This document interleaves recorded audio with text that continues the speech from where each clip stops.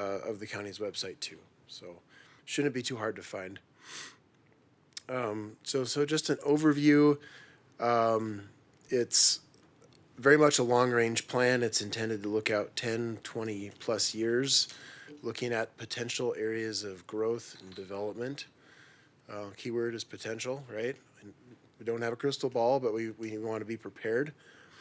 And we talk about growth and development, it's everything related to land use. So, and we'll touch on that in a bit. But this would replace, you have an existing plan from 2010 that was done when things were much different in the county. And that was done by the Regional Planning Council at the time.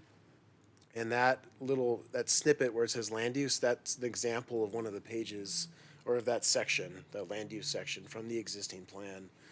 The existing plan's a lot of text. There's really not much in the way of maps at all. And it's very, very just kind of scratching the surface. So one of the goals we were given for this was to get more in depth in things, provide more graphics, more maps to make it more useful. And that's what I believe we've done. The project was funded by a grant through FEMA, through this program here, Building Resilient Infrastructure and Communities program, the BRIC program.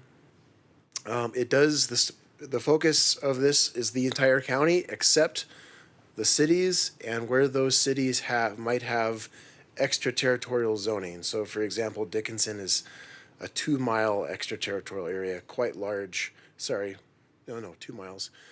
4 miles, 4 miles, thank you. 4 miles around, so it includes even the airport, for example. It's a large chunk of the county. So it's everything outside of those areas, rural, unincorporated primarily.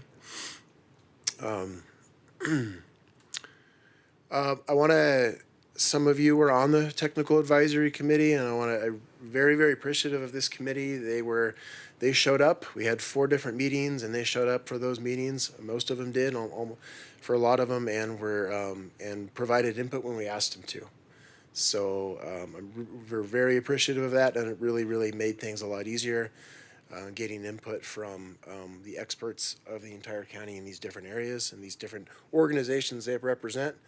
I'm from Bismarck and I don't know exactly what's going on here, so we need a committee like this to really help, and they were awesome. So huge thanks to them. These are all those different elements or related elements to land use that we were asked to include in this plan. And there's a number of them. Again, I'm not going to go through each of these in detail today. I'll give you an example of what one of these elements looks like in the plan. Here's just the timeline. We started back in the summer, fall of this past year. We went through, plan foundation is just what are the existing conditions and the trends we're seeing so we can have an understanding of what might be happening in the future. For example, demographics, population, economy, things like that. Existing land use and development. Then we started doing some visioning and area planning, trying to understand what we need to prepare for in the future and getting input. We had a series of 3 public meetings, South Hart, here in Dickinson, this was in the fall, South Hart, Dickinson, and Taylor, and then we also had a survey at that same time too. So we got a smattering of input from those different areas, and then the survey as well, which was helpful. In addition, of course, to that committee, the technical advisory committee. We started doing some future land use planning, understanding, well, if there's going to be development, what are the more appropriate places for development, like residential development or industrial, commercial development. And we put together some goals and strategies that are in this plan to outline some of the policies that the county would be considering when it comes to some of the land use development issues. And then we have specific action steps for carrying out the plan, very specific things. And then we also use the committee, the advisory committee, to help prioritize those things. And we call it a living document because we want it to be very useful. And I'll touch on that a little bit later. So a little bit more in engagement. There's just some photos there from some of the input we got and one of the meeting at the school in South Hart. But we always wish there would be more attendance. But we did get different folks at those meetings. So that was good at least. And we got a variety of comments. So that was helpful. And there's just an example of one of our flyers that we had, as well as the survey information.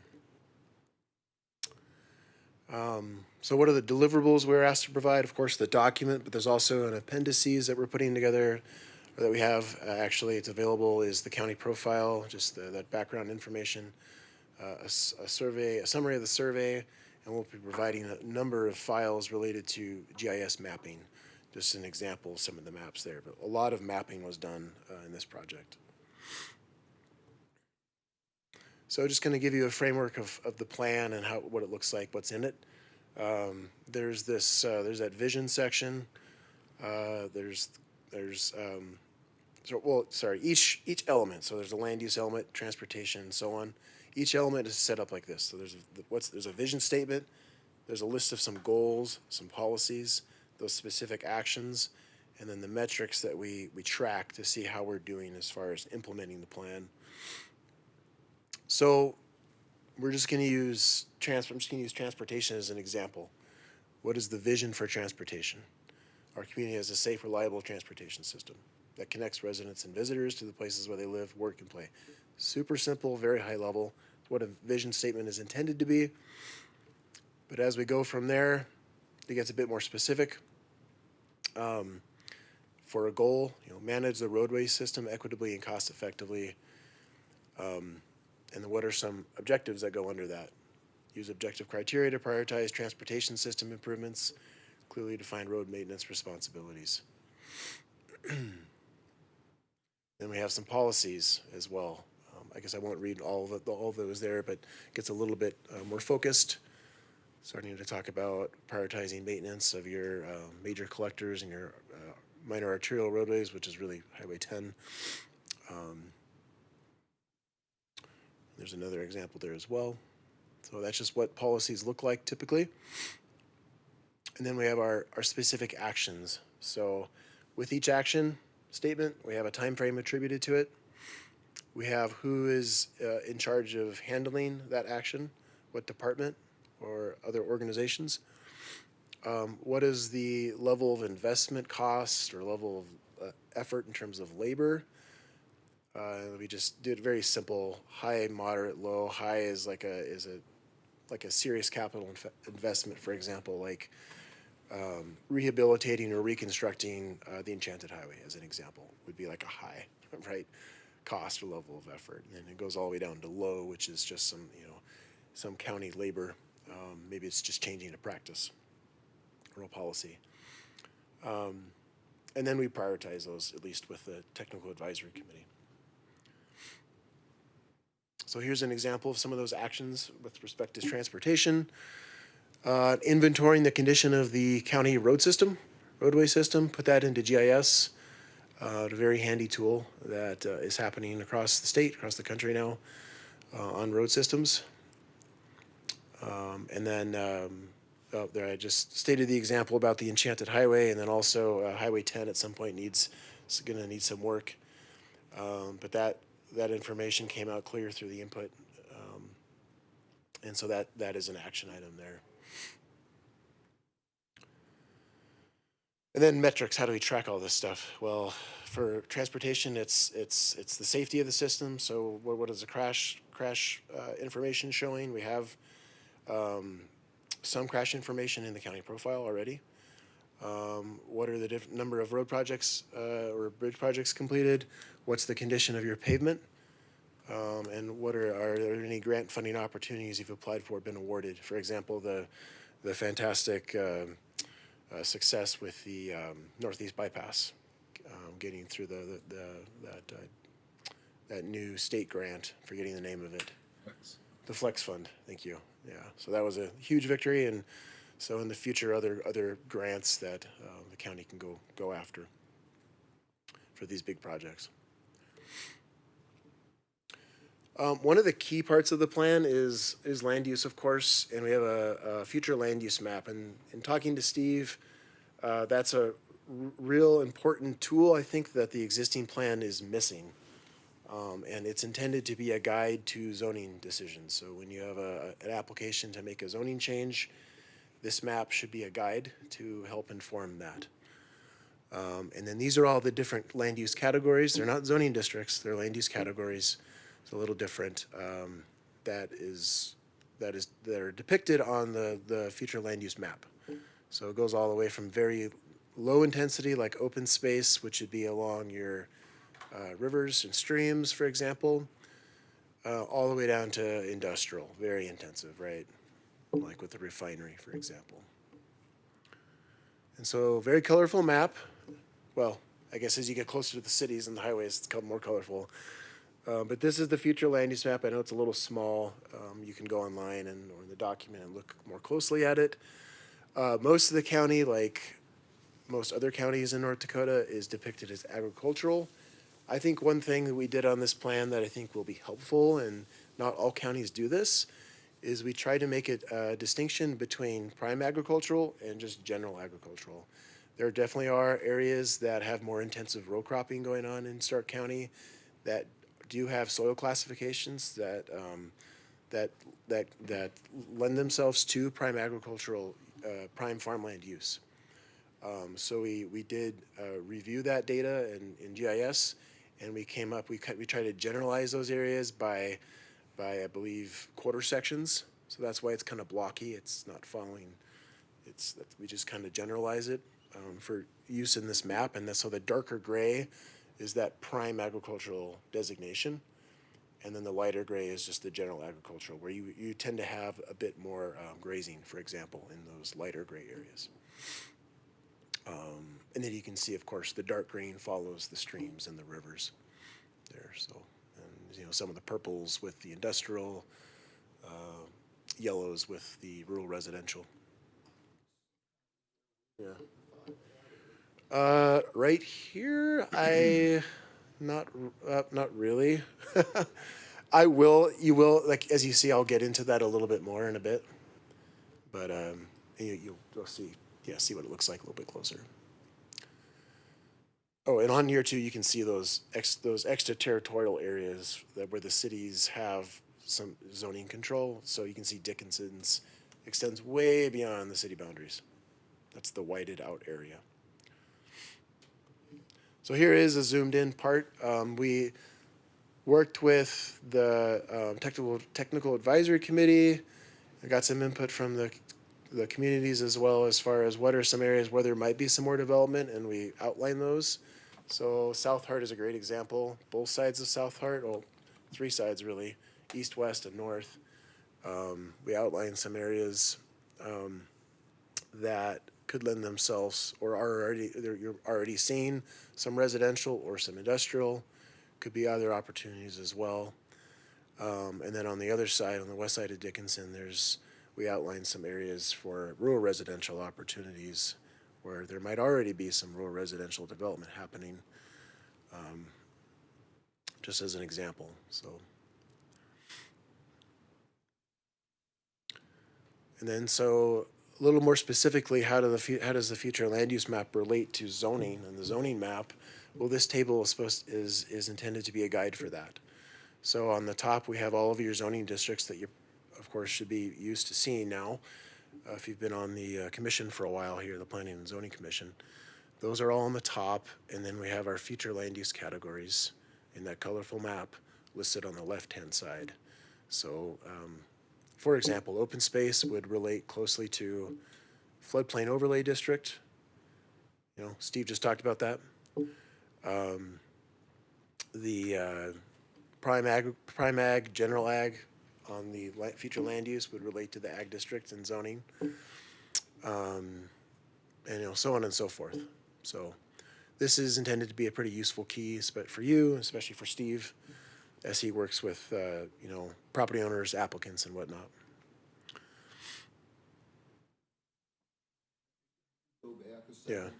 Because if you could talk about that industrial agricultural land use category. Oh, yes. I know that was something that. I'm gonna go here. Yeah. That's been So talked about a fair amount. Yeah, so there's one area that we did identify for this light purple, I guess is the color, but we call it industrial agricultural, which is kind of an interesting term. But It's really the intent is for a use like solar development, and this is one area where there has been interest in that. I know there's been interest in the past for was it coal? Yeah, coal mining. So it already has had that type of interest, and it's an area that would that could be appropriate potentially for something like solar, which is obviously a different type of use than you've seen in the past. Not the same as wind, and it has different types of impacts and different type of look and feel. But so that's the story behind that designation, industrial agricultural, if that ever should happen, or if there's ever interest in that. Does that help explain that? Okay. Yeah. We did look at other areas as well, and we just felt that this was probably the most appropriate area of all the different areas we did contemplate or look at in the county.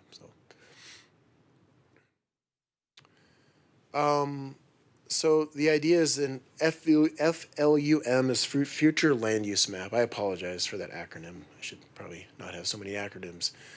But so the idea is that when you want to change that map, that future land use map, that there be a formal process to that. And it would be similar to changing your zoning map when you do a zone change. Because since this went through an extensive process of some research, mapping, some public involvement or input, whenever there's a change, we feel we should provide the public the opportunity as well to review and comment on that, just as they would with a zoning map change. So we would typically recommend, and it's how we recommend in other jurisdictions, that if you're gonna change, say, just as an example, say industrial to residential or something like that, that's a pretty big change. But if you're gonna do a change on the map, future land use map, that you should have a public hearing just like you would for a zoning map change. So it's very transparent, and it's open to the public. They know what's going on, or they have the opportunity to comment. And then when there's a change considered in that map, that and then this is something that staff or Steve would help evaluate. Well, does that make sense? And it's evaluated in light of how would this change impact the surrounding area, and how would it impact county services, county infrastructure, and other infrastructure, right? Because there's a lot of time and effort put into putting together this map, right? And a lot of these colors weren't just put there randomly. They were put there with some public input, understanding what roads are where, what are appropriate areas for freight travel connections, like where's the railroad, where are the paved highways, a lot of considerations, other services. So if there's a change, we need to be confident that the county can serve that area in the future, and that there's not a lot of any public consternation about that change as well, of course. Because I will say, for example, if you wanted to probably change some of this residential along Highway 10 between South Hart and Dickinson to industrial, I think a lot of people would come out and force against that, as an example. And I think you're all aware of that potential. So,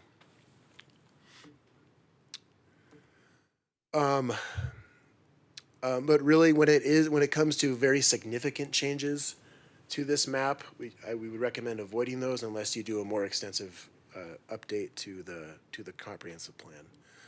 And I got a little picture, if you're familiar with the cartoon, the bill, or the amending the Constitution.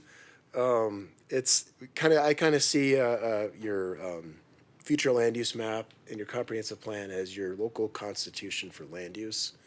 And so when there's a change to it, there should be a significant process and good vetting with the public and through this board and the county commission if there's any changes. So any questions on that?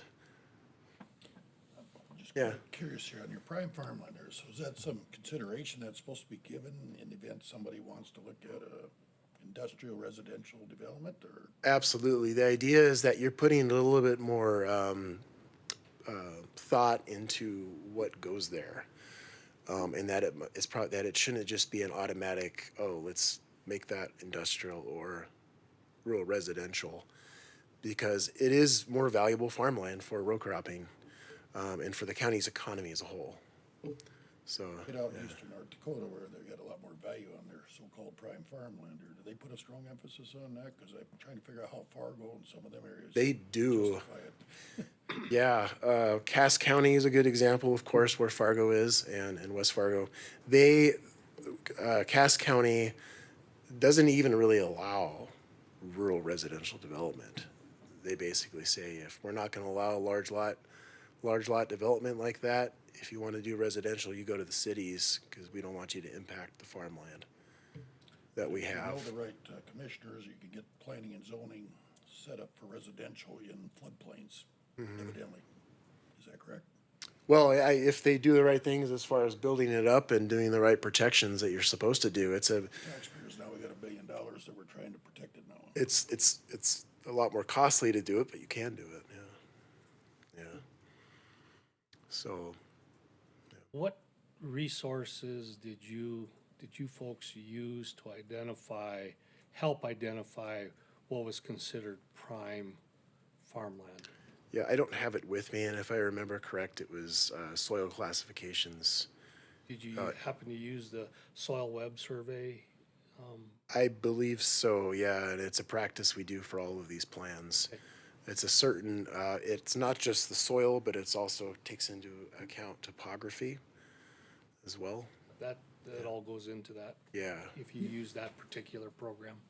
And I'm sorry, we have a GIS person who specializes in that, and we just say, "Hey, do this," and he'll say, "Okay." He looks at the data and gives us what it says. Yeah. That'll be a good thing to have when this goes to, goes to public hearing. Did some of that information come from the U.S. Department of Agriculture, or You know what?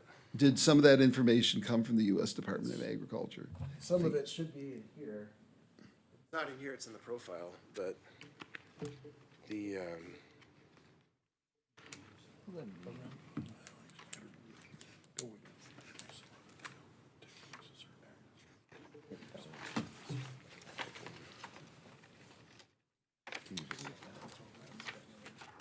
Pretty intense.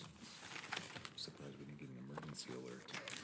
Well, we can provide that information for the hearing rather than waste time now, but yeah. Any other questions?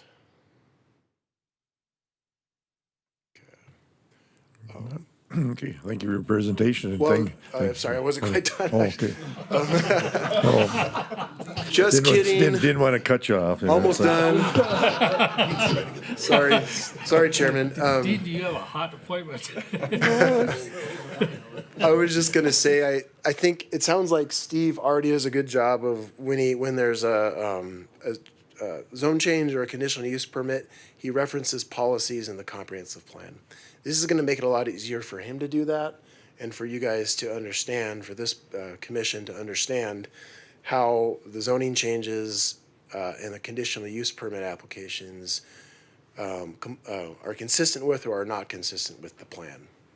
So that was another thing we wanted to get out of this. It'll make everyone's job a lot easier that way. So I wanted to say that, and then that's all I have. Sorry about that. I'll be quiet. I didn't mean to cut you off. I thought you were done, so thank you for your company doing that, and also to the advisory board that all the work they put into to thank them too.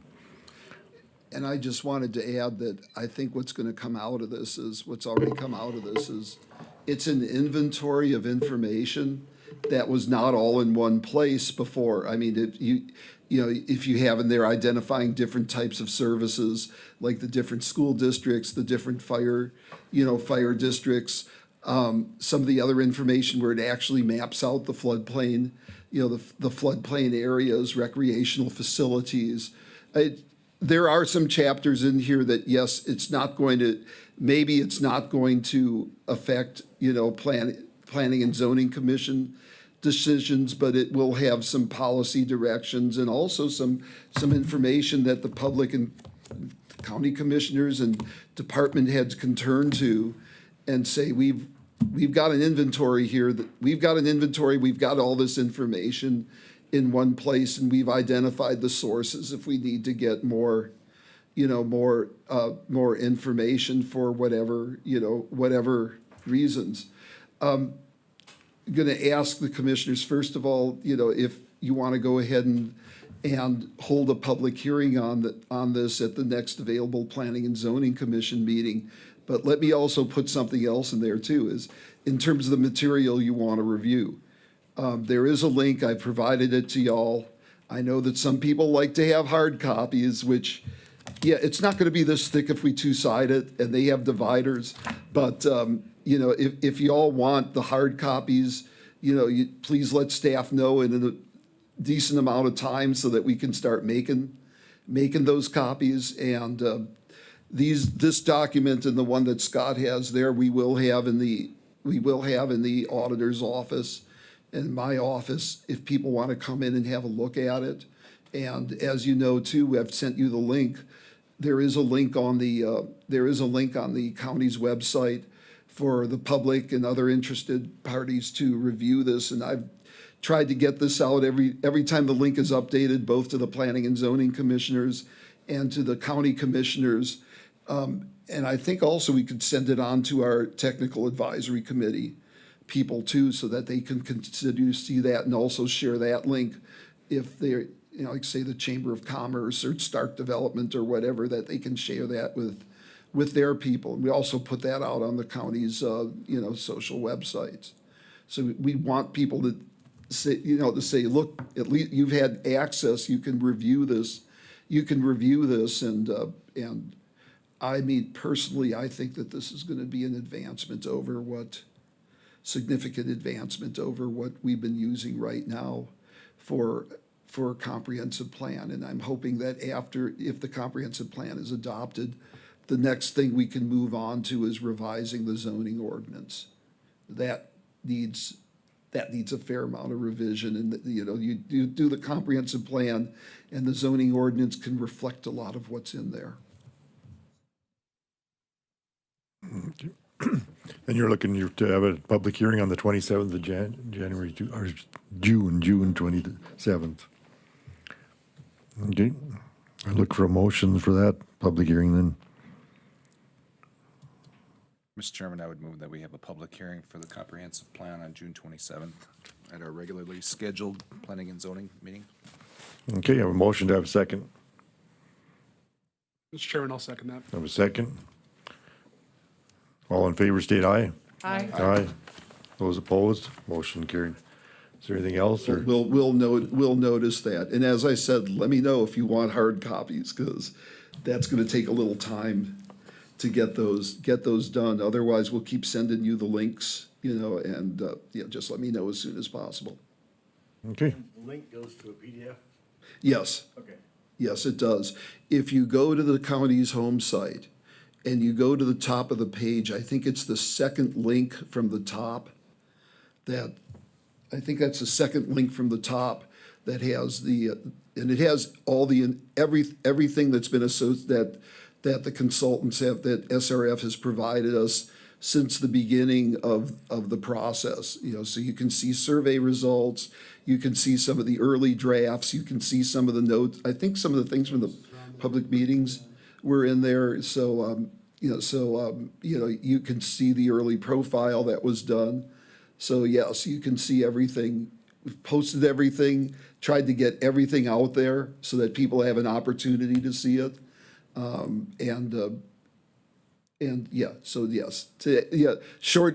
Long answer to your short question. So I was just thinking if we want, just for our own purposes, references, a hard copy of, say, one section, we can print that ourselves.